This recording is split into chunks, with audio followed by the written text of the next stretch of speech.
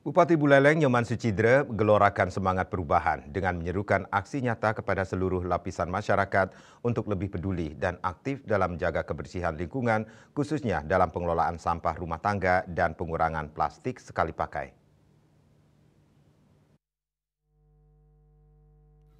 Seruan ini disampaikan langsung oleh Bupati Buleleng Nyoman Sucidre saat melaksanakan gerakan Buleleng Bersih Sampah yang dipusatkan di seputaran Pantai Lovina Jumat pagi.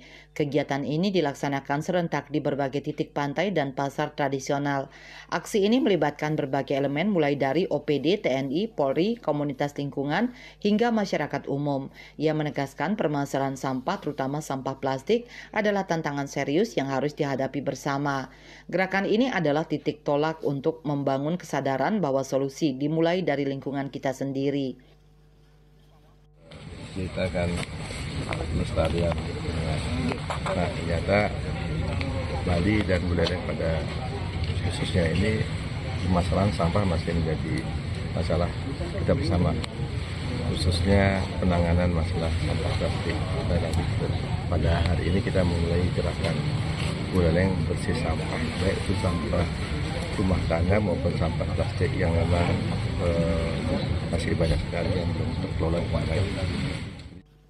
Ia juga menekankan perlunya perubahan paradigma, bukan lagi sekedar membuang sampah tetapi mulai memilah dan mengelola dari sumbernya. Dengan volume sampah harian Buleleng mencapai 400 sampai 450 ton, pendekatan yang komprehensif baik untuk sampah organik maupun non-organik.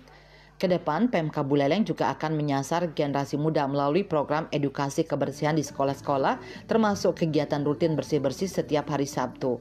Menanggapi kondisi TPA Bengkale yang nyaris mencapai kapasitas maksimal, Bupati Sucidre mengungkapkan bahwa pihaknya sedang menjajaki kerjasama dengan pihak ketiga, serta pemanfaatan teknologi ramah lingkungan dalam pengolahan sampah. Yasri Yuli, Bali TV.